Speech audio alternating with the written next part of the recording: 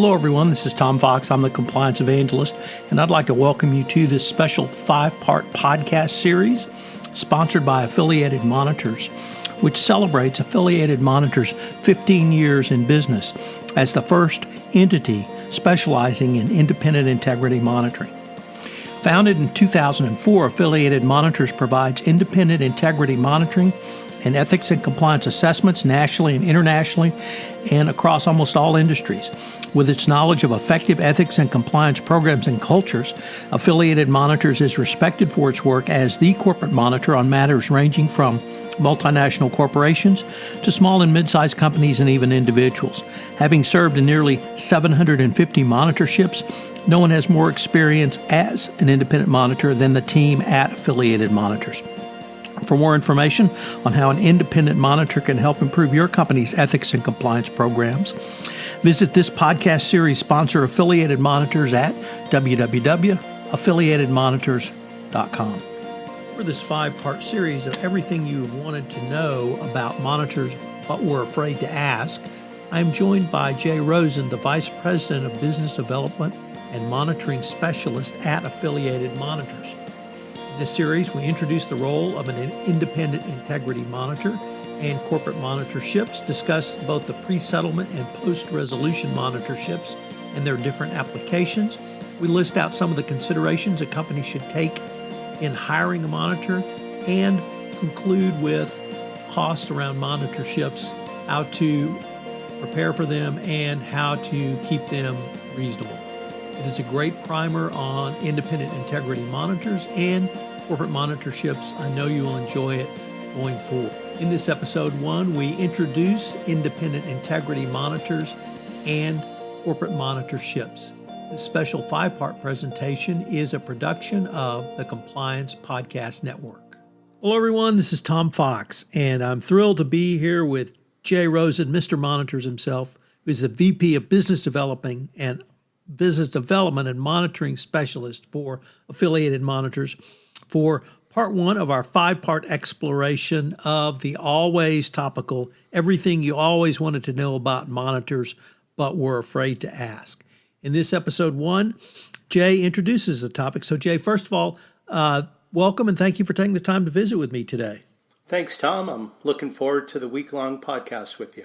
So Jay, this is going to be a great series that gives people a basic understanding about what monitors are, what they do, how they can be used, and a variety of other topics. And I thought in this first episode, we could introduce the topic of what is a corporate monitor. Sure. I think it's a great topic to bring up, and we're going to address this from both the very basic perspective, but we'll also get into some of the weeds as we get longer on into the week. Since the turn of the century, many global corporations have settled Foreign Corrupt Practices Act matters with either a deferred prosecution agreement, a DPA, or a non-prosecution agreement. And they usually have a corporate integrity monitor assigned to their company from a period of 24 to 36 months. While many people are familiar with this occurrence in the FCPA setting, this is only one of many instances where a corporate monitor can be engaged to add value to the company that's in trouble or isn't yet in trouble. A few questions that we will consider during this exploration of monitors is: should a corporate monitorship be feared if your company is in the middle of an FCPA matter? How can a monitor be leveraged to ensure your business is operating in an ethically compliant manner? Can a monitor be used in a manner other than post-settlement, such as proactively, to help forestall a government action? And then there's lots of talk about the alleged exorbitant costs associated with the monitor. Is this an urban myth or is it based on facts? So Jay, how does, you articulated some of the oversight that would be provided by a regulatory body, a prosecutorial body, or an agency body. But how does an agency come into play for a monitor at this point? Sure. So as you just said, monitors generally report to an oversight agency, whether it's the Department of Justice, the Security and Exchange Commission. These are the two regulators that we most often see involved in white-collar crime and FCPA matters. but it also can be any other government regulator, and this is going to encompass the work with either a company or an individual. Specifically, there are issues that need to be monitored, as well as how often and to whom the corporate monitor is required to report. These are usually highly negotiated agreements and will be specifically addressed in either corporate compliance reporting or the independent compliance monitor section of an agreement. And that, if you read enough of these, is usually known as Attachment C. I guess the next thing that we'd look about is who actually foots the cost for this bill. And the cost of the monitorship, unbeknownst to many, is borne by the company that is being overseen. It's a unique model, as unrelated, independent private persons or entities are still being overseen by a government agency or regulator monitoring a company. There are specific terms for that third-party monitor, and it is spelled out in the settlement document referred to just now. How does the payment occur? Because I know that is always on the minds of everyone involved in this. And how do you see that sort of playing out? Well, what happens, it's a unique strategy that the payment is taken care of by the entity that is being overseen. So if you have an issue with, say, the DOJ comes up with the terms that are negotiated in terms of how that entity is going to pay for this. And then what happens is, just kind of like if you look at it in an FCPA investigation, the company ends up footing the bill for the investigation. And this part too, in the resolution with the monitor, the company will also foot the bill. Jay, another area of always, I think, interest is the subject matter expertise, and indeed the expertise in the monitor, and not only on subject matter of the company that they are overseeing, but really the process of being a monitor. And that's something that I don't think gets quite as much play, but I was wondering if you could really give some thoughts onto one, subject matter expertise, but perhaps the broader question of how do you actually consider the expertise of a monitor in being a monitor? Yeah, I think that's a real great question to ask, Tom. And from our perspective at Affiliated Monitors, the key for a successful monitorship correlates highly with the independent monitor's area of subject matter expertise. Obviously, first-rate knowledge of compliance and ethics is critical, but as monitoring is used across multiple diverse industries and businesses, a wider variety of technical experience is required. In our experience, we've used monitors in a healthcare setting, in financial services, even to monitor police departments or educational providers to cities.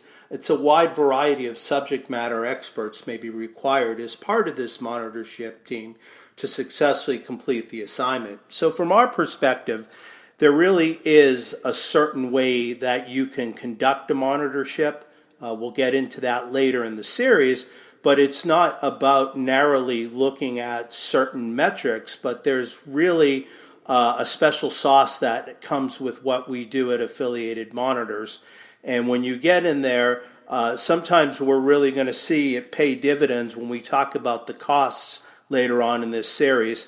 And then the best way to conduct a monitorship, it's not always about boiling the ocean, but it's about using your intuition, and your experience as to how to go about leveraging your expertise for both the benefit of the monitoring assignment for the government, and most importantly, we're always concerned with striking a balance and taking care of the client so they grow from the process moving forward.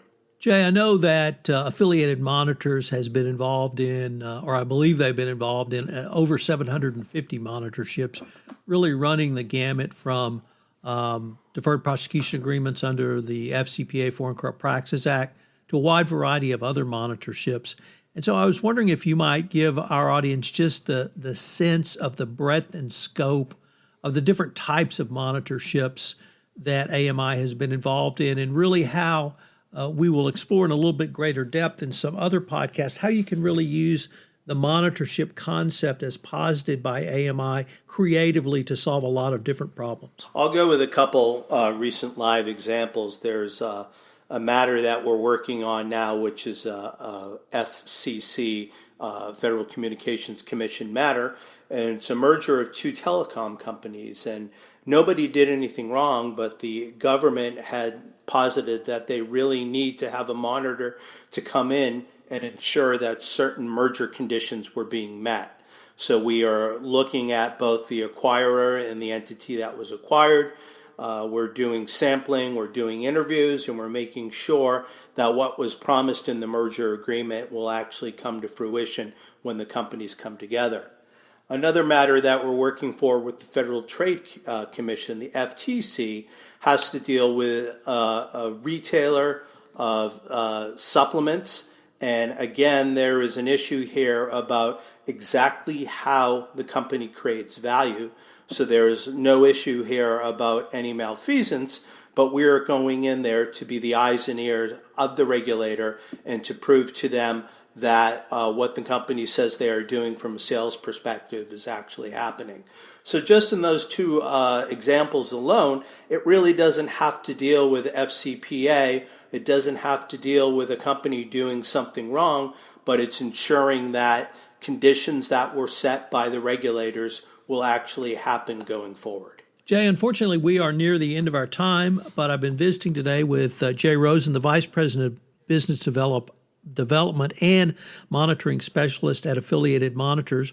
I hope you'll join us again tomorrow where we take a look at post-resolution monitorships. Jay, I look forward to continuing the conversation. As do I. Thanks, Tom. This is Tom Fox again. Thank you for listening to this first episode in our 5-part exploration of everything you have wanted to know about monitors but were afraid to ask. I hope you will join us tomorrow for part 2 where we discuss post-settlement monitorships. For additional reading, see Jay Rosen's article Corporate Monitorship 101, Who Are They and What Can You Expect on Corporate and Compliance Insights. Finally, for more information on Affiliated Monitors, check out their website. We've got links to both in the show notes. This podcast is a special presentation of the Compliance Podcast Network.